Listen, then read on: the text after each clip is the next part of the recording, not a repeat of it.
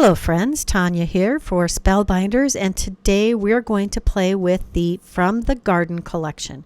It's a beautiful set of dies and stencils and other things in the January 2024 release. This is the Vintage Florals dies. It is a bunch of layering flowers and one sentiment with a shadow and a detail layer.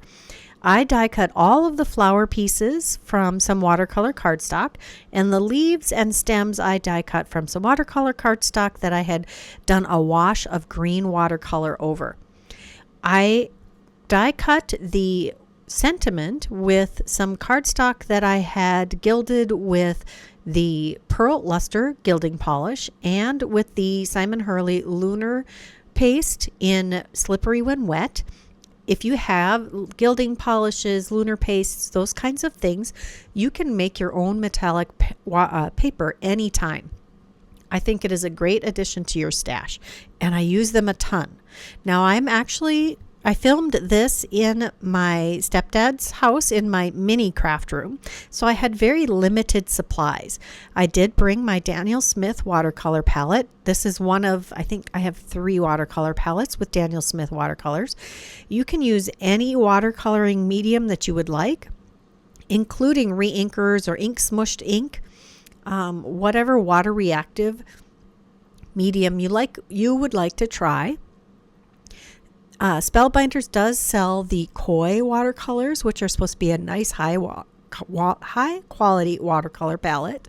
I should really purchase those and demonstrate them and give them a try. That's one of the things that I want to do in the future. I did decide to go with a cool color palette this time, and there are many different ways you can use a color palette or choose a color palette or combination.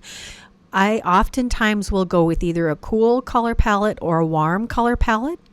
And the cool color palette, could be watercolor, could be any medium, but color palette is the greens, aquas, teals, blues, purples. Now, greens and purples can be transitional colors. Greens can be more yellow than blue. If they're more yellow, they're in the warm palette, and if they're more blue, they're in the cool palette. And the purples are the same. If it's more of a blue purple, then it is a cool palette, and if it's a more red purple, then it is more of a warm palette. The warm palettes are the reds, pinks, oranges, yellows, corals, those kinds of colors, and into a little bit of the yellow green range. Now, gold can technically is a warm palette color, but I use it in both palettes. Same with silver, just however you want to use those metallics. Now, on these die cuts, I used the embossed marks on each layer to help guide me how I wanted to color them. Keeping in mind that parts of them are going to be overlapped by other layers so they wouldn't be visible, and the embossed lines are going to help me decide where the transition from one petal to the next would be. I'm assembling the largest flower in this grouping, and I did put a little bit of extra cardstock layer behind each of the layers of the flower to give it some extra dimension. I have a piece of gold cardstock, actually it's lunar paste, Slippery When Wet lunar paste gilded paper that I die cut the flower centers from, and the dies in this die set cut out all of the flower centers at the same time. Now, this is the little bud. There's a branch of flower buds, and these are the 3 buds, and I'm deciding to go with a red purple wash over the entire bud. And as you can see, I'm using my pokey tool or die release tool. That's the official name of this tool, but I call it my pokey tool. I'm using that to help hold these in place as I add the watercolors. Now, the bases of each of these buds, I am adding a more blue toned purple, and I think it makes a really nice gradient across the whole bud, and it looks very organic. That's one of the things I absolutely adore about watercoloring. It has a very organic feel to it. On this flower, I'm going to use some aqua to teal colored watercolor here. And this particular watercolor that I have in this pan has a little sparkle to it, which is a nice effect. I'm going to use a little bit of a darker aqua color to add some details to the embossed areas here. And then for the flower center, I'm going to use this nice light blue, light to medium blue. I really like these two colors together. And I thought to use them together because they're sitting next to each other in my watercolor palette. Sometimes it's really nice to use some cues from your watercolor palette. I do have swatches of all of these colors to the side just off of screen, so I know which one is what color, because it's hard to just look at the watercolors in the pan to know what color they will create. And on the sides of each of these little pans there is a code, and that correlates with the swatch that I have on the side, so it helps me know for sure I'm getting the right color. There are a couple of single layer flowers, well, almost single layer. There's the flower layer and the flower center layer. And on this one, I'm going to do that nice aqua color with the blue color in the center. Just letting those bleed together. And the two smaller single layer flower or petal parts, I added the red purple and some nice deep blue, one of the blues that I used on that largest flower, the second to darkest, I believe, and letting those mix together. Both paints were still wet. Now I have extra layer of cardstock behind this again. Actually, I think it's a leftover piece from the watercolor paper. And now this is the stem this flower head goes with. This is the stem for the 3 buds, and I'm using the packaging to help me figure out which bud goes where, but I bet you could actually use whichever bud you'd like on each of those areas. So I'm adding a little bit of green. I think this is called the calyx, but I could be wrong. I am not the best on the names for the different flower parts, but the green bit that is attached to the base of a bud. And I'm adding just that dot of glue and attaching each bud in its place. I didn't glue the stem to the other flower yet because I'm not sure how I'm going to place that flower and how the stem is going to play. But there's that completed bud stem. And the bud stem is, it's less important how that's going to be on the project for how the bud and the stem align. Now it's time to add the flower centers to the remaining flowers. So this is the second to the smallest flower, and I put that larger flower center, and you can see an embossed detail for where that is to be glued down. It's pretty faint on mine. It did take good lighting to find it, and maybe that's because I needed my cheaters. I did not bring those with. And then the little tiny gold half moons that go in the center of the small purple flowers. We've painted and assembled all of these pieces, and we have a beautiful flower garden to start to play with. Next, I took a piece of 3 by 6 inch, I think it's 3 by 6 inch watercolor cardstock. This is 140 pound watercolor cardstock. This is Canson XL. I did not have my Spellbinders watercolor paper with me on this trip. I did have this, and they work very similar to each other. And the Spellbinders watercolor paper is pretty reasonably priced, pretty comparable to the Canson XL. So if you want to get your hands on some of that, go for it. It works great for watercoloring. It also works very well for letterpressing. And if you want to do some watercolor and BetterPressing, oh, they work. That is a dream. So I also took the same colors that I used on all of the flowers to do a watercolor gradient across this entire panel, and I'm doing some nice blending between the colors. I didn't bring any Distress Oxide inks with me, so you can achieve similar looks with watercolor paper and watercolor paint. I noticed that there was some extra paint on my work surface. So while it was still wet, I was dabbing the paper into it so that the same color would overlap with the puddles. And I'm drying between layers to get this beautiful organic look. I love how this turned out. Absolutely stunning. Next, I took the Flowers and Foliage 3D embossing folder from the Garden collection, and I'm going to run this panel through my die cutting machine. I've got this beautiful raised image, and here is the slippery when wet lunar paste. I'm going to use my finger to apply it to the raised portions on this embossing. I like to pick up some of the lunar paste with my finger out of the main pot, and then I tap off the excess in the lid of the jar. And then I can just keep going back to the excess that's in the lid of the jar to pick up a little more. And when I run out, I just dab my finger in the main pot again. And this way I can control how much of the lunar paste is getting applied to my surface. This allows me to do very detailed items without a lot of extra effort.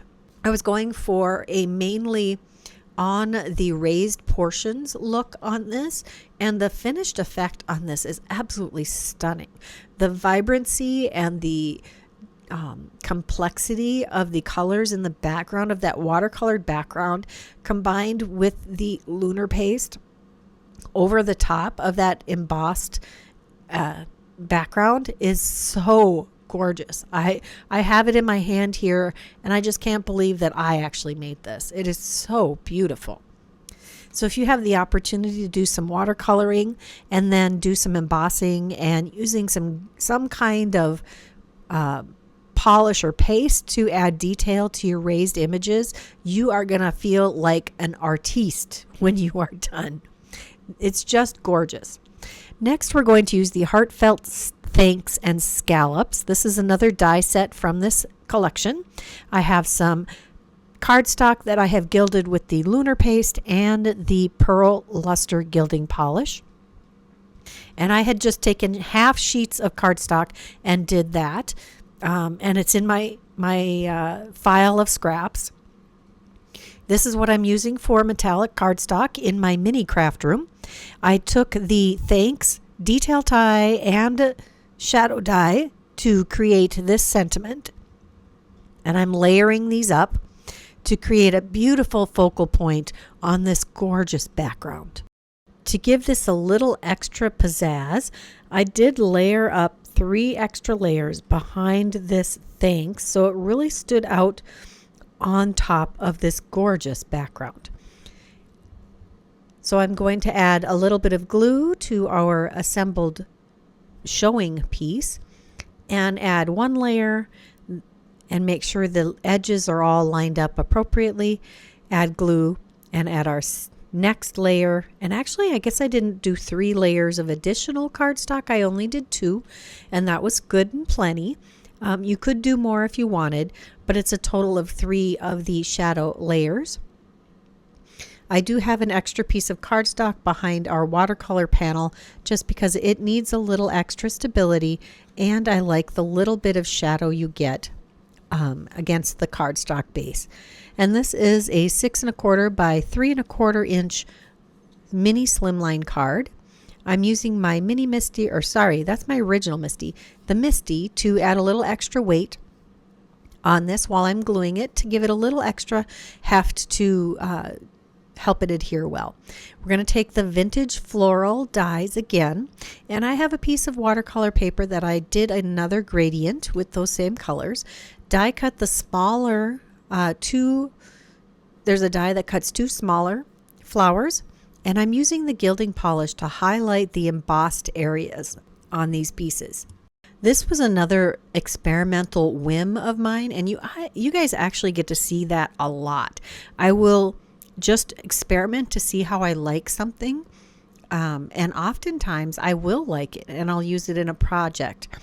This was one of those times. I was actually quite impressed with the way this worked out on those flowers. I really didn't need to add anything else. I used some plain white cardstock, some heavyweight plain white cardstock to die cut these white flowers, and the gilding on those just looks stunning and matches perfectly with the gilding we did on everything else because we used the same gilding polish. And creating your own metallic paper with the Lunar pastes or any of the other pastes or polishes really makes it easy to coordinate your different elements on your cards. We're going to take the Trinity Stamps Gold Baubles. These are halfback pearls in a gold that really matches the slippery when wet very well. And I think they are exactly the same colors as the Fashion Gold Baubles from Spellbinders, which have adhesive on the back. They're adhesive backed half pearls, and they come in, I think, 3 or 4 sizes on one card of all of those baubles. I will have that linked in the description box below. I'm going to add these to the centers of these white little flowers, and I'm going to take a couple more of these baubles and place them on each side or on next to each of those flowers to add a little extra detail. And I have adhered 2 more flowers to the inside of the card. Next, we're going to move on to the 5x7 card that we're going to make. And I'm going to emboss this white panel with the flowers and foliage. Then I'm taking this panel of white cardstock that was gilded with the pearl lustre gilding polish, and we're going to use one of those scallop frames from the Heartfelt Thanks and Scallops dies. This is one of those essential dies, I think, because it really has a lot to offer. Has several heart dies, that sentiment, and then several scalloped dies that are sized to fit an A2 size card. Now I am making a 5x7 card, and that's okay. We can make that A2 sized panel work just fine on this 5x7 card. Now that I've embossed this panel of white cardstock, I'm going to go over the raised areas quite heavily with the pearl lustre gilding polish. I'm actually getting some of it onto the background. You don't have to cover the entire panel because this is going to be a background layer behind that scalloped panel. And then I decided to go ahead and take the Slippery When Wet Lunar paste and add that to as a highlight to the raised areas. I love the way these 2 polishes or pastes combine together to create a really elegant is this a vintage or shabby chic look? I don't know, but I really like it. I did decide to go a little heavier and push some of the gold or the Slippery When Wet paste into some of the lower areas of this embossed design, and I love how this turned out. I did not put any on the center because I don't need it on the center. Now it's time to start adhering things to our 5x7 card base. I have extra cardstock scraps on the back of our embossed panel. We'll center that. This is, I believe, a 4.5 by 6.5 inch piece of cardstock that I used as that background panel. And there is extra cardstock behind this scalloped rectangle also. I love the shimmer of that. And again, since we used the pearl luster for both the cardstock, metallic cardstock we created, and for the elements in the background, they just coordinate perfectly. We're going to take this second to largest, well actually we're going to take all of the flowers. This is where we're going to make our own bouquet with all of the flowers from the Vintage Florals die set. Now off camera, I had dry fit all of these flowers into a bouquet to make sure that they would fit nicely on this panel. I'm just going to start with the largest bloom, sort of centered in that rectangle, and I'm going to start tucking the different elements in. I have added some extra layers of cardstock behind the blooms on some of these, definitely on the large main flower, or I wouldn't have been able to get my little pieces tucked underneath. And the piece that I used underneath the larger flower was significantly smaller than the entire flower, again, so I could tuck other elements under it to create this floral back focal point. There are 3 different leaves in this die set, and I am using all of them. I'm using all of the pieces of this die set on this card. I think that is all of them, all of the flowers and the sentiment. Now that I have the focal point in, I'm going to take the hello sentiment that I assembled off camera at the beginning of this video, and I've decided I'm going to tuck it right in the center underneath the main flower. I am taking a piece of scrap cardstock and I'm cutting it really thin. I'm going to add that to the bottom part of our hello to help even out the dimension, because it's going to be overlapping several layers of flowers in one portion, and in the other portion, the lower portion, is going to sit right on the scalloped panel layer. Now that I have that layered up, I'm going to adhere that to the card front, and I wanted a little more to that sentiment. So I dug through my stash that I brought with me, and I found the Always and Forever sentiment strips, which I had foiled actually, and started die cutting and used my quick and easy sentiment sorting system and brought that with. Now, if you're traveling, that is an excellent tip. Use some of those multiple sentiment sets, create some ahead of time in some good tones, and bring them with. I hope you enjoyed my cards. I missed the end of the assembly of my card. I'm not sure. I must have forgot to hit play. If you enjoyed this video, please give it a thumbs up. If you aren't subscribed, now would be a great time to do that. If you're interested in any of the products that I used today, check that description box below. They will be listed and linked there as always. Click that visual list link to get the full list. It's often too long to fit in the description box. If you have something you would like to tell me, I would love to hear it in the comments. I read them all, but I don't have time to answer them. Just know that I do read every single comment, and I really appreciate all of the loving words you've left me. Until next time, here are a couple more videos I thought you might enjoy. Bye-bye.